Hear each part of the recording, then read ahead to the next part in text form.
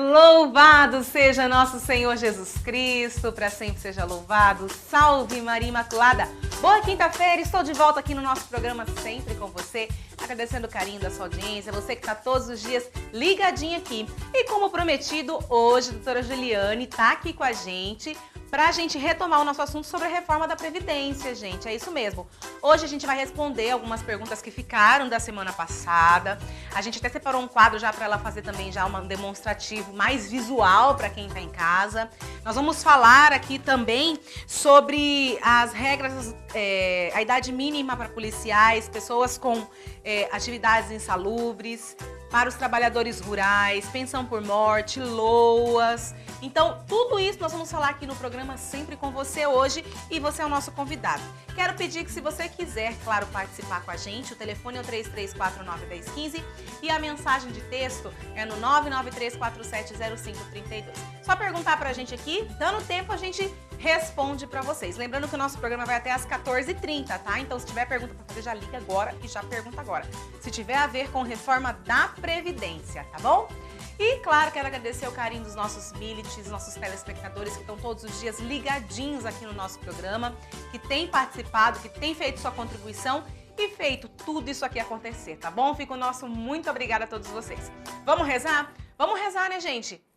Entregando a nossa vida, a nossa situação física, mental, emocional e espiritual no coração de Deus, pela intercessão da Virgem Imaculada.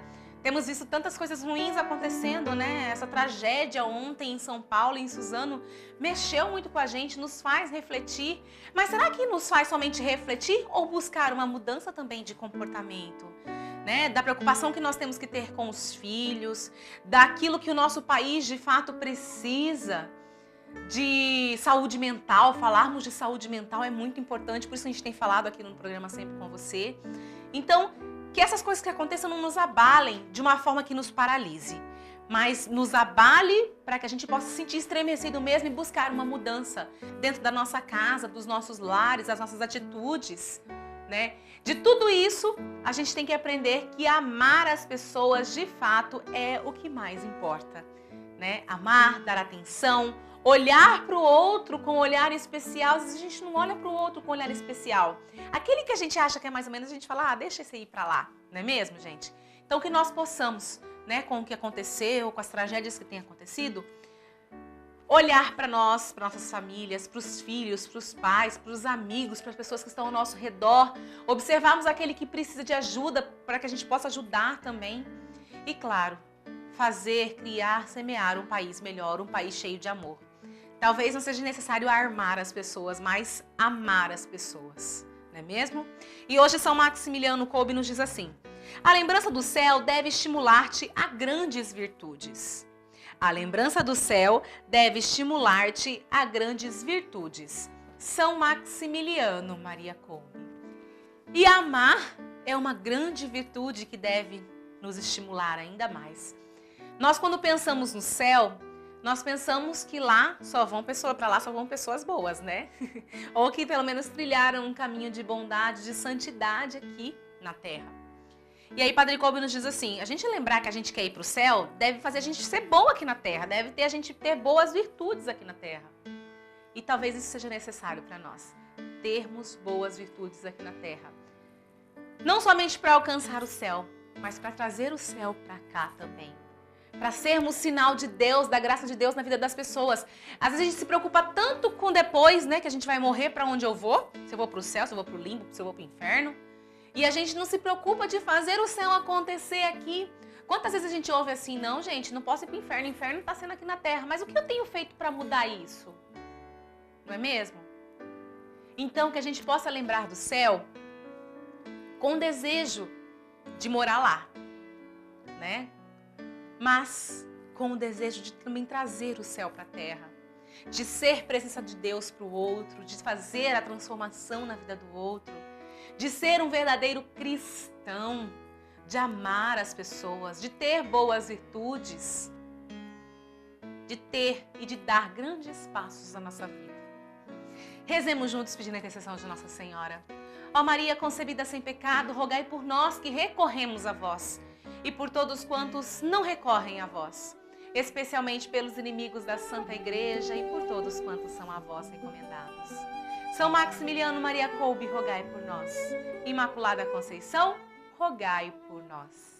Vou mandar um beijo já hoje, né, para todos os aniversariantes desse 14 de março.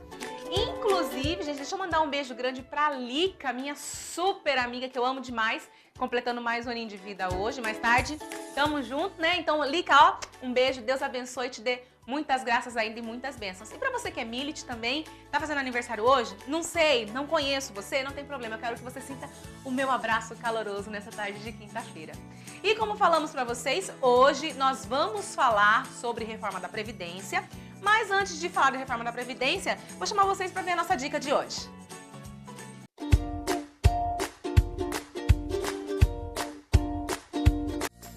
O purê de batatas ficará mais saboroso se você substituir o leite por creme de leite. Essa foi a nossa dica de hoje.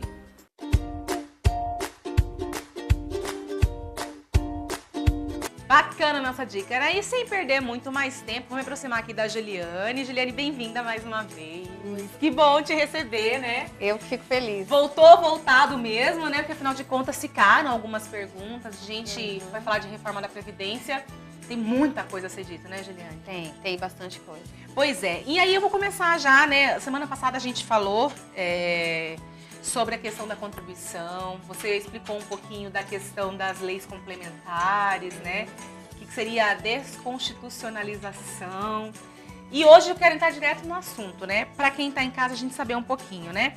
Depois a gente vai falar de algumas questões que chegaram, a gente tem algumas perguntas, né? As pessoas falando, eu tenho tantos anos, né? Como é que vai ficar essa divisão certinha, né?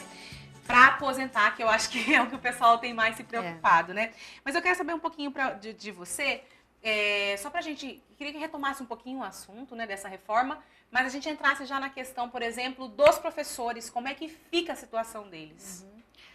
O que a gente observou também, que para os professores, começou-se a exigir uma idade mínima também, né? Eles entram também na regra comum, com uma peculiaridade apenas de diminuição do tempo. Como é? Só que isso também foi aumentado. Ao mesmo tempo que foi aumentado o tempo, também foi aumentada a idade para o regime geral que não existia. Porque como é hoje a regra? A mulher reduz 5 anos para a mulher e para o homem no tempo de contribuição. Então, o que era 35 para o homem, fica 30 para o homem. E o que era 30 para a mulher, fica 25 para a mulher. Na proposta, isso se mantém uma redução, porém, aumenta a idade, coloca um limitador de idade. Acaba que por inviabilizar para esse professor manter o tempo mínimo de contribuição, porque ele tem que ter uma idade de 60, 62 anos, que vai acabar por prejudicar o tempo de permanência, ou seja, ele vai ter que manter mais tempo ainda em sala de aula do que antes, certo? Fora isso, a renda também diminui, né? Porque segue a regra geral. O que é importante que se diga, não são só os limitadores de idade que estão interferindo. Há uma interferência muito grande da PEC na renda dessa aposentadoria, porque ela começa com 60 anos e aumenta 2% a cada ano. Ou seja, lembra que eu expliquei que na somatória, que acaba para ter integral, você tem que ter uns 40 anos a mais para dar os 100%. Então, isso é um complicador, né? Porque o regime geral, ele não tem essa limitação de idade para professor. O que tem é tempo de contribuição mínimo. Os professores, eles falam, por questão de vida mesmo, né, do professor, de ficar tanto mais tempo dentro da sala de aula. A gente tem visto, é uma coisa que talvez preocupe muito e algo que tenha que ser visto, né? A questão de saúde mental do professor. Nós vimos o que aconteceu ontem. O que aconteceu ontem. Exatamente. É muito bom você falar isso. Exatamente. Eu atendo também alguns professores como clientes para a busca de seus benefícios. E o que mais eu observo dos últimos anos é realmente a questão da saúde mental dessa categoria. Essa categoria está sendo achincalhada, usurpada no seu direito de trabalho, de exercício da profissão. Não estão tendo a devida atenção e os direitos sociais previdenciários deles estão sendo muito vilipendiados, num termo, vamos colocar juridiquês, mas estão sendo achincalhados mesmo. E a gente tem que se preocupar porque isso reverte para a sociedade. professor é um contato direto ali com a criança, com o adolescente. E esse professor, esse profissional, ele tem que estar bem amparado com a sua dignidade. Porque se ele não tiver amparado nessa dignidade, fatalmente ele não vai conseguir desenvolver um bom trabalho. E o caso do que aconteceu ontem, a gente vê que hoje a nossa realidade é outra. Né? A gente viu professor, às vezes, antigamente, velhinho, já ainda dando aula pra gente, muitas vezes se aposentava e continuava dando aula porque gostava. Hoje em dia não tem mais saúde mental para isso, né? Nem saúde mental, nem física. Eu digo assim que o trabalho do professor, ele é muito desgastante. Eu sempre dei aula em graduação, em universidade, não são crianças, mas o trabalho de ficar de pé, você despende uma energia mental e física muito grande. Você tem que despender. Então, a gente tem que se preocupar muito com essa categoria. Você acha que pode haver alguma alteração ou não? A ideia é ficar mesmo esses 30 não, nós imaginamos que sim. Nós imaginamos que possa alterar. Não sei se voltar como mas talvez equilibrar uma situação menos assintosa, né? Menos gravosa. Agora, tem alguma diferença também, idade mínima para atividades insalubres? Sim, isso também é algo muito preocupante nessa PEC, pelo seguinte, vou dar um exemplo para você. Uma pessoa que trabalha com exposição a agentes nocivos. Eles podem ser físicos, químicos ou biológicos. A nossa regra hoje, ela estabelece 15, 20 ou 25 anos, conforme o tipo de exposição, tá? Mas a grande maioria são 25 anos. Então, aquela pessoa que comprova que desempenhou durante 25 anos uma atividade com exposição insalubre, pode ser agentes biológicos, pessoa que trabalha em laboratório, vamos supor, pessoa que trabalha em hospital, pessoa que trabalha com ruído, né? Ou numa atividade perigosa, como vigilante com arma de fogo, por exemplo. Então, são situações que atentam contra a saúde e a integridade física do trabalhador. Isso está no texto constitucional. A proposta da PEC, ela retira a questão da periculosidade, então o vigilante armado já ficaria fora. Ela retira algumas outras situações e ela exige idade mínima. Então, por exemplo, com 25 anos de exposição, teria que ter 60 anos de idade. Agora, você veja uma pessoa que trabalha a vida, é o mesmo caso do professor, ela tem que trabalhar durante 25 anos, ela não atingiu a idade ainda. Então, ela acaba ficando mais tempo exposto àquela insalubridade do que ela deveria ficar. A gente precisa recordar, compreender que esse período de 15, 20 ou 25 anos não foi criado assim pelo legislador, pela pessoa que criou a lei, sem nenhum estudo, sem nenhum critério. Ela foi pautada num estudo científico, estatístico e médico também, que avalia o que isso causa para o trabalhador, para a saúde. A lei, ela tem que proteger esse trabalhador. Retira ele desse trabalho, senão ele vai ficar trabalhando e, às vezes, pelo mercado, nessa exploração contratual que acontece no mercado naturalmente. Ou seja, esse trabalhador acabaria tendo que ficar muito mais dos 25 para poder atender a idade de 60 e muitas vezes vai adoecer. E não vai conseguir, talvez, ou não vai permanecer naquela atividade. Porque ele pode ter que optar um momento em, não, eu vou mudar de atividade. E isso pode acarretar para a sociedade, inclusive, na minha visão, escassez de mão de obra em determinadas categorias. É difícil, até você falando dessa situação me lembra a reforma trabalhista mesmo, que as próprias gestantes agora elas vão se expor, né, atividades insalubres. Exatamente, então, elas não têm mais essa prerrogativa. Que antes elas poderiam, né, ocupar outro espaço, outro cargo dentro ali da empresa. Agora não tem mais essa proibição, né? E aí, vamos falar um pouquinho agora, então, dos rurais? Dos rurais. Os rurais também, nós percebemos que houve uma alteração onde estabelece a idade de 60 anos para os dois gêneros, homem e mulher, o que hoje para a mulher é 55. Então, para os homens não haveria essa modificação na idade, mas aumentou de 15 para 20 anos o número mínimo de contribuição. Né? O rural, no caso, o rural segurado especial, tem dois tipos de rurais. Tem o rural, que é o trabalhador empregado, que tem até carteira registrada, trabalha como capataz, peão numa fazenda ou determinado outro tipo de trabalho, mas ele está numa atividade rural. Ele é um empregado, normal, mas ele também tem a possibilidade de aposentar mais cedo. O segurado especial, a diferença é que ele não tem uma carteira registrada, ele não tem uma anotação de carteira, ele não tem um trabalho efetivamente formal. Ele vive da sua produção. Então, é aquele pequeno produtor, o pescador artesanal, são pessoas consideradas segurados especiais. Para essa categoria, há uma modalidade de contribuição um tanto diferenciada. Ela contribui incidente na nota da venda do produto. Então, se ele planta milho, a produção dele é milho. Durante o ano, ele tem que plantar e vender aquele milho. Quando ele vende, incide na nota, o que hoje é 1,3%. Essa alíquota, até um tempo atrás, ela era de 2,6%. E ela foi reduzida a 1,3% para atender, na verdade, o mercado do agronegócio. Diminuiu essa alíquota já, né? Agora, o que o governo propõe com essa PEC? Que essa renda anual chegue a R$600.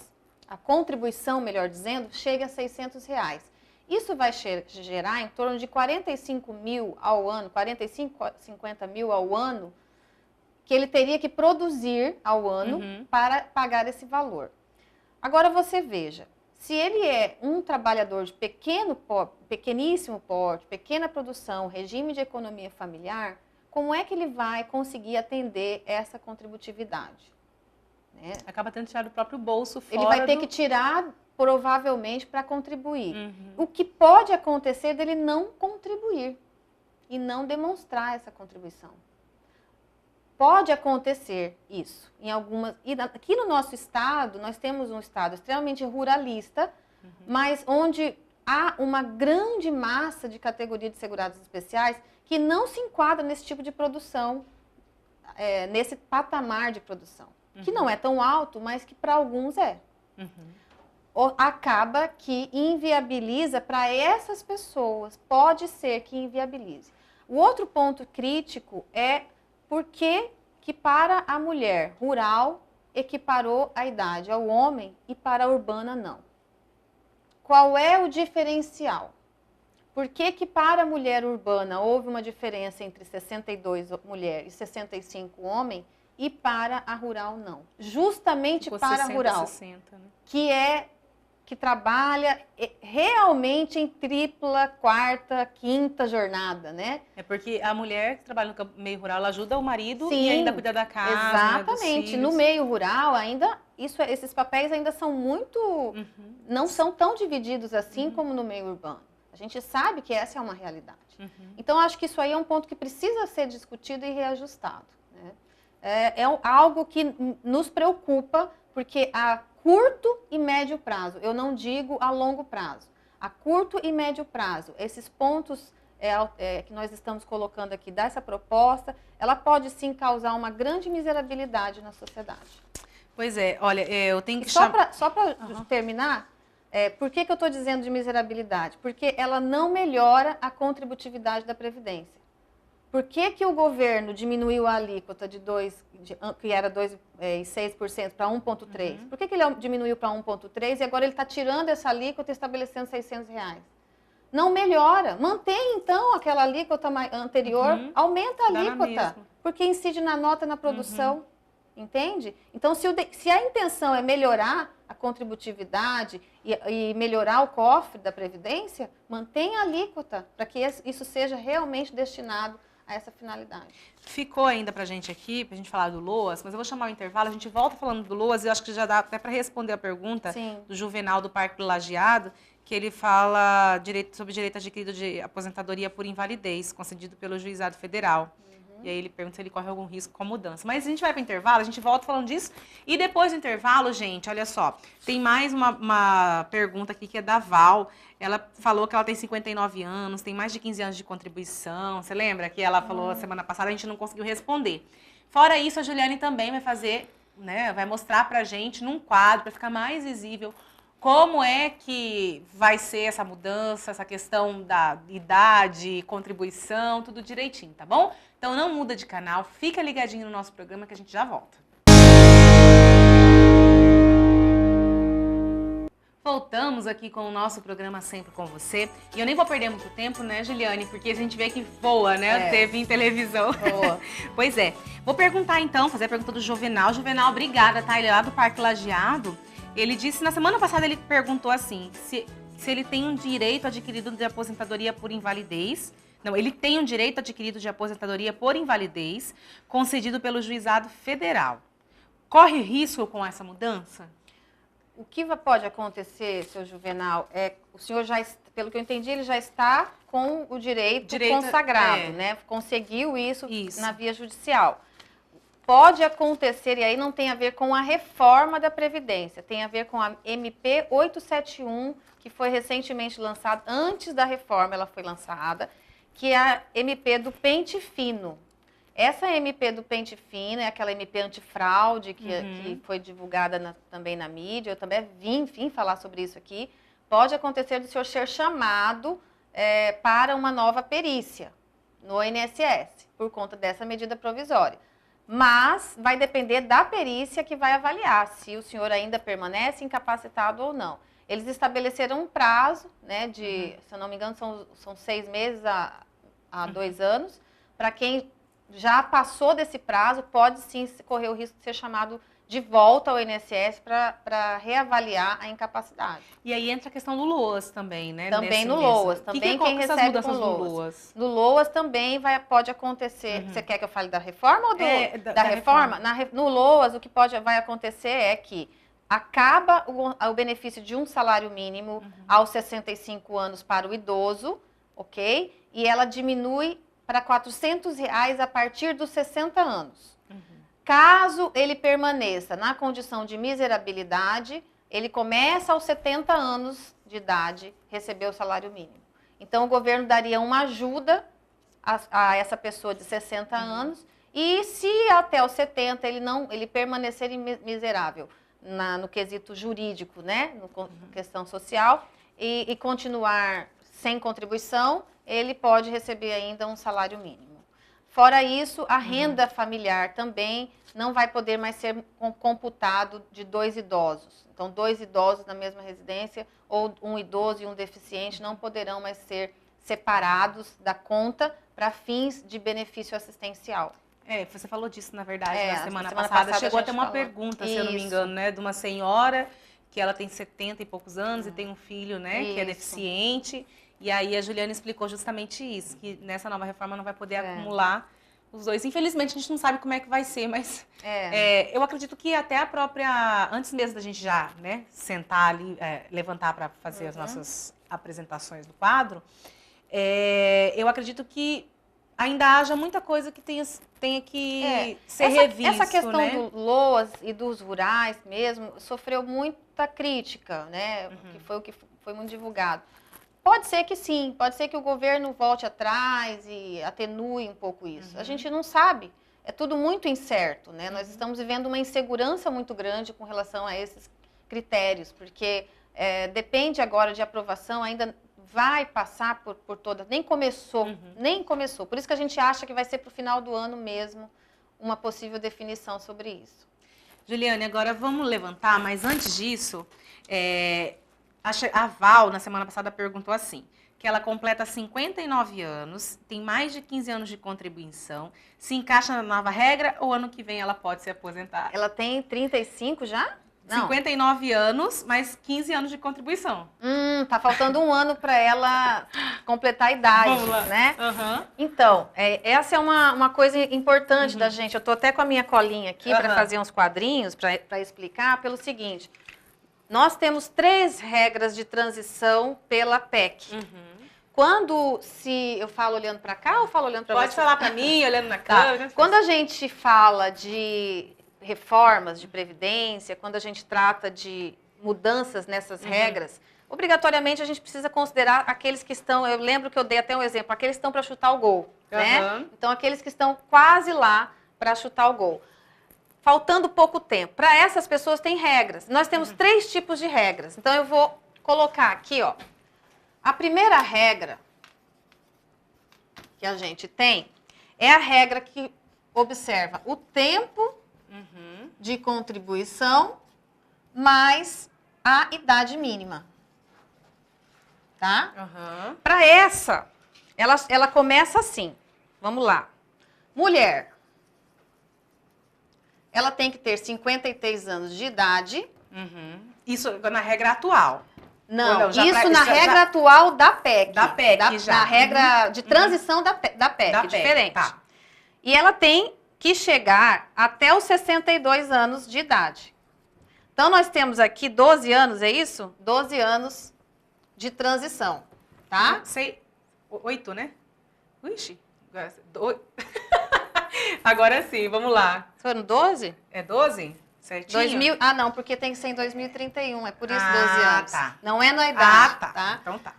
Ela começa em 2019, tá? Uhum. Então, suponhamos que já passou aqui a PEC. Uhum. Aprovou e você tem que avaliar, o que as pessoas precisam avaliar, qual regra de transição para ela vai ser mais favorável. Porque não dá para você bater o olho só em uma regra e achar que é a melhor para você. Isso é Aham. importante também que as pessoas Tem que se enquadrar Tem em que ver alguma das três em e ver alguma qual das que três. vai dar Exatamente. certo. Então, nós Aham. temos aqui a mulher. E o homem? O homem, ele começa com 61 anos de idade, Uhum. em 2019. Não sei se está dando para as pessoas verem aí. Então, eu quero até saber, Claudir, você quer que eu vire um pouquinho onde você estava com a câmera e eu vire um pouquinho o quadro? Porque as luzes estão meio que incidindo no quadro. Em 2027, Aham. tá? Ou seja, começa em 2019, termina em 2027 para os homens e começa em 2019 e termina em 2031 para os homens, para as mulheres, tá? Uhum. Com 56 anos e até chegar a 62, quando equivale à idade, ok? Tá para enxergar aí? Tá dando certo? Tá. Tá, essa é a primeira regra. Essa é a então. primeira regra. E o que as pessoas têm que observar aqui nesse gráfico? Aham. Aqui que eu fiz um desenho aqui para A ficar Alessandra bem. vai ajudar a gente aqui, gente. A cada ano... Isso, Alessandra. Aí, Isso, eu acho melhorou que por causa do melhora. reflexo, né? A cada ano, entre 61 Uhum. até 65, a cada ano aumentam 6 meses. Então, vai assim, 61,5 em 2019. Em 2020, 61,5. E assim sucessivamente, Aham. até chegar a 65. A mesma coisa com a mulher. Começa com 56 em 2019. Aqui com 2020 já não é mais 56, é 56 e meio. Ou seja, você tem que ver onde você se enquadra, tá? Uhum. Essas pessoas, elas têm que ter... Qual é o tempo mínimo? 35 para o homem e 30 para a mulher, Uhum. que é a regra atual. A regra atual hoje é de 35 para o homem e 30 para a mulher, Uhum. ok? Só que a idade mínima tem que agregar. Então, aí vamos supor, a pessoa tem 45 anos de idade. Mas ela já está com 30 anos de contribuição, que ela começou a contribuir muito cedo. A situação dela fica difícil, né? Para uma pessoa que hoje já tenha os 35 anos de contribuição, Aham. ela já tem direito adquirido da regra atual, Uhum. tá? Tá. Isso aqui é para aquela pessoa que vai pegar a PEC, tá? No caso, se for a partir do ano que vem... Do ano né? que vem e Aham. não tem ainda o tempo mínimo Uhum. de contribuição exigido pela regra atual. Hoje, sem PEC. Aham. Tá? Então, hoje, sem PEC, a regra atual exige isso para homem, 35 para homem e 30 para mulher. Sem limite de idade. Na regra de transição da PEC, ela vai passar a exigir o limite de idade na regra de transição, que começa com 56 e termina com 62 para a mulher e 61 para o homem e 65. Então, é uma regra de transição de 12 anos para a mulher e de 8 para o homem, é isso? Isso. Tá? E Isso. 8 para o homem. Uhum. Por quê? Para a mulher tem um pouco mais de tempo, porque para a mulher aumenta a idade de forma considerável. Esse é o primeiro caso, né? Esse é o primeiro caso. Podemos apagar? Podemos apagar. Eu sou a menina que vai apagar Isso, enquanto é, você você vai fazer. Vai fazendo Enquanto aí. a Juliane vai fazer os cálculos. Então, Juliane, no caso, por exemplo, essas pessoas que estão nesse. Ah, eu tenho o limite de... Eu tenho idade, mas não tenho tempo de contribuição. Eu Isso, tenho... ó, ou então eu tenho tempo de é uma contribuição, coisa mas que eu não vou tenho falar. idade. Não tem idade. É isso que as pessoas têm que observar em cada caso. Nessa primeira regra que eu coloquei, é importante dizer o seguinte. A pessoa que já tem, vou ressaltar, quem já tem, Juliana, eu já tenho hoje 56 anos e já tenho 35 de contribuição, ótimo. Você pode buscar o cálculo e ver quanto que vai ser sua renda.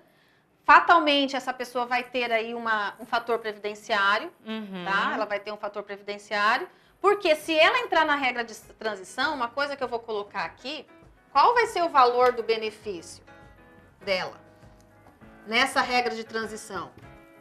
60% da média, mais 2% a cada 2 anos. Que era o que a gente falava na semana passada, que para você ter 100% você teria que trabalhar 20 anos a mais, né? Exatamente. Às vezes, compensa aposentar. Vamos supor que passou a PEC, tá, pessoal? Compensa aposentar já na regra atual do que entrar numa regra de transição. Porque muitas vezes o benefício vai ter uma diminuição muito considerável, né? Tá? Vamos Entenderam, lá. né, gente? Entenderam? Qualquer dúvida também, vocês mandam, quem a gente traz a Juliane de novo. A gente vai ficar trazendo a Juliane até essa PEC, saber o resultado real dessa PEC. Até entender ela todinha, né? Até entender ela todinha. Qual que é o próximo caso? Bom, a próxima regra é a regra de pontos.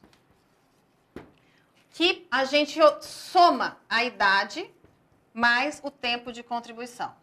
Essa já é a que tá valendo? Ou assim que essa é a hoje nós temos ela no 86,96. No governo Dilma de 2015, se eu não me engano, a Dilma fez uma pequena reforma, porque essa reforma previdenciária ela vem acontecendo já faz em tempo, pequenas alterações. Ela já ofereceu, começou com 85,95, que era para quê? Para as pessoas fugirem do fator previdenciário. Então, quem queria fugir do fator previdenciário, ou seja, que causa uma diminuição na renda, que é o fator previdenciário observa a expectativa de sobrevida, essa pessoa poderia somar idade e tempo de contribuição, sendo que o tempo sempre tinha que ser 30 para a mulher e 35 para o homem. É uma regra que vale ainda hoje. Quem estiver nessa condição já pode pedir sua aposentadoria. Para a proposta da regra de transição, proposta pela PEC 06/2019, essas pessoas que tiverem na expectativa de se aposentarem, não tem ainda a regra atual, tá? Ela tem que também fazer uma soma da idade do tempo de contribuição. Só que começa com 86,96 até chegar a 105 nos anos de 2028 até 2033. Ok? Aliás, é o contrário. 2028 para o homem, aqui, e 2033 para as mulheres. Acaba que para as mulheres, essa PEC ela tá muito mais pesada. Percebem que as transições, né, são mais pesadas? Ou seja, nessa aqui, eu começo com 86 pontos em 2019 até 100 em 2033 para mulher. Ok? E para o homem? Deixa eu passar aqui. Para o homem, eu começo com 96 em 2019 até 105 em 2028. No caso, é o tempo de contribuição e tem que ser 30 ou 35, Exatamente. né? 30, 35. Mais a cada idade. ano aumenta um ponto. Passou um ano. Então, em 2019, 86. Em 2020, 87. E assim vai, até chegar a 100. E o que a pessoa tem que fazer? Isso é muito importante. Você viu na primeira regra. Essa primeira regra não ficou boa para mim. Eu vou demorar mais para me aposentar nela. Então, eu vou ver a segunda regra. Então, na segunda regra, eu entro aqui. Na segunda regra, eu posso aposentar em 2022. Por exemplo, eu tenho 30... Vamos usar a ideia de novo. 45 anos... mais 30 de contribuição. Eu não tenho a idade, mas eu tenho 30 de contribuição. Eu sumo então, 85. Você tem que somar. Por exemplo, 45, vamos fazer na calculadora. Se ela tem 45 anos de idade e 35 de contribuição, ela fez 80. Ela tem que fazer 86. Só então, que ela tem 80 em 2019. Vamos supor, ela tem que fazer na soma no ano que der o requisito. Ela tem que ficar correndo atrás da idade. Olha só. Compreende? Porque 86 para ela dá mais 6 pontos, dá em 2019. Mas daqui a 6 anos já não vai ser 86. Vai ser muito mais. Daqui a 6 anos já vai ser outra pontuação, conforme então, a regra. às vezes não compensa entrar nessa regra. Depende do caso. A pessoa precisa avaliar onde que ela... Relembrando, mesma forma, 60% do valor do benefício. 60% da média... mais 2% a cada ano que superar os 20 anos de contribuição. Para chegar ao 100%. Para chegar ao 100%. Para ter a contribuição. Então, ou seja, para você se aposentar, você pode até se integrar aqui. Mas se você não tiver mais de 20 anos, você vai aposentar com 60% da média. Aí foi aquele cálculo que a gente fez. Se a pessoa ganha R$2.000... ela recebe 1.600. Se a média aritmética dela der R$2.000... ela vai receber 60% desses R$2.000. Porque o cálculo vai também aumentar média, 2% a cada ano que ela tiver mais de contribuição, ok? Para quem recebe o salário mínimo, vai ser um salário mínimo. A diferença é que o salário mínimo vai ter que trabalhar mais para receber esse salário mínimo, por conta da questão etária. Agora, a grande área afetada é a classe média, intermediária, né, que recebe entre R$2.000 a R$5.000, que é teto do INSS. Para essa grande massa, vai haver uma boa diminuição na renda, porque ele vai ter que necessariamente ter 40 anos de contribuição para ter a integralidade. Vamos explicar a regra 3, sabe por quê? Que chegou uma pergunta aqui, eu quero fazer ela para você. Essa regra 3, ela é interessante porque, ao mesmo tempo que ela pode ser boa, ela pode ser ruim para alguns. Porque ela prioriza apenas as pessoas que têm mais... está faltando 2 anos para atingir os 35 anos de contribuição, que é a regra atual. Lembrando que 30 para a mulher e 35 para o homem. Essa pessoa que se encontra faltando 2 anos para ela atingir, tá? Ela está com 33 anos de contribuição, um homem com 33 anos de contribuição e com 55 anos de idade.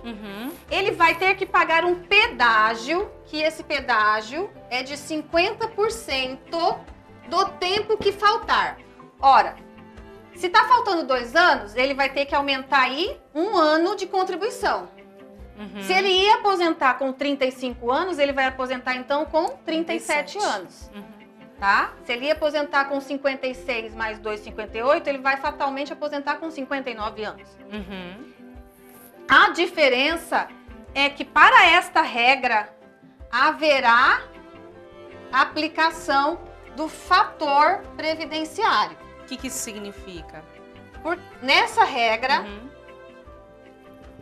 não vai ser aplicado aquele 60% da média. Isso. Vai ser aplicado média aritmética, aplicação de fator. Então, se a pessoa for jovem, 56 anos, é jovem. Ele tem uma expectativa de vida ainda, pelo IBGE, de 30 anos ou mais. Isso vai implicar na conta do fator. Então, esse fator, ele é uma forma de reduzir eu vou fazer uma conta aqui para a gente ver. Vamos supor que a média dele deu R$2.000. Um fator previdenciário, suponhamos que numa condição como essa, um homem de 56 anos, faltando 2 anos para ter os 35, né? Vamos supor que a aplicação do fator dele chegue a um índice de 0,57. A gente multiplicando 2.000 vezes 0,57, a renda dele vai ser de R$1.140. Isso é o fator previdenciário, isso é o que o fator previdenciário já faz hoje. Nesta regra de transição, além dele ter que trabalhar mais 50% e pagar contribuição, vai aplicar fator, tá? Aqui parece, quando você começou a falar, parecia algo bem melhor de ser feito, mas em compensação aqui... aqui quebra, né? Porque quebra na renda. Porém, tem um detalhe, e se a pessoa tiver 2 anos e 1 dia? Porque o cálculo de tempo, gente, de contribuição, ela é feita em dia, meses e ano. Dia, meses e anos. Você não faz um arredondamento, não existe isso. Às vezes lá no seu cadastro está 2 anos e 1 dia. Já não vai entrar nessa regra. Não entra mais. Aí vou ter que ver uma das outras duas lá. Eu acho que interessante é que justamente procure um profissional para poder saber em qual regra. A gente falava disso na semana passada nos bastidores, né? Exato. Dessa importância. O que eu penso, enquanto IBDP, a nossa preocupação Porque há algumas categorias, algumas pessoas têm condição de procurar um advogado, até pagar uns honorários, né? Ou até a própria defensoria pode dar uma orientada. Mas o INSS não tem uma estrutura hoje que vá garantir para a grande massa da população que não vai entender esse tipo de fórmula e saber qual que é o melhor benefício dela. Muito embora seja dever do INSS, o que nós estamos vendo hoje de fato e na prática é que, infelizmente, isso não está sendo possível ser aplicado, dada a escassez de funcionários. Juliane, pra gente encerrar, nosso tempo já estourou, mas eu quero fazer a pergunta da dona Leonilda, 61 anos, ela é viúva, lá da Mambaí. Dona Leonilda, obrigada, viu? Trabalha desde os 13 anos, mas tem somente 5 anos de carteira assinada. Nunca teve contribuição como autônoma. Vai voltar a contribuir e quer saber se é possível receber o LOAS. E ela herdou um apartamento quando enviuvou. Olha, às vezes, se ela era autônoma e sempre foi autônoma, ela pode avaliar se vale a pena ela não pagar o retroativo nessa condição. Se ela sempre trabalhou, né, e nunca teve uma contribuição, pode ser que sim, tá? Às vezes ela tem que avaliar o custo disso, se vai valer a pena para ela indenizar o INSS desse período que ela trabalhou e não pagou, e somar esse tempo todo para aposentar por idade. A idade dela, que eu não lembro... 61. 61. 61, ela não tem direito ao LOAS ainda pela regra de hoje. É 70 anos. É 65. 65 pela regra de hoje, tá? Então ela tá num limbo aí. Ou ela avalia esse retroativo que ela pode pagar e pagar mais uns 2 anos, se dá os 13, né? Ela pagou 5, então esses 7 anos ela indenizaria, paga mais 2 anos para frente e aposenta no futuro. Se não passar essa PEC, né, dona Leonilda? Dona Leonilda. Se não passar a PEC da Previdência, daí a senhora entra em regra de transição. Viu só? Gente, a gente poderia ficar falando mais tempo aqui, né? Ju, quero te agradecer, tá? Obrigada. Obrigada mais uma vez pela sua participação aqui. E vamos continuar voltando. Eu acho que até essa PEC aprovada, a gente vai ter que ir conversando sobre isso e tirando as dúvidas de quem está em casa, né?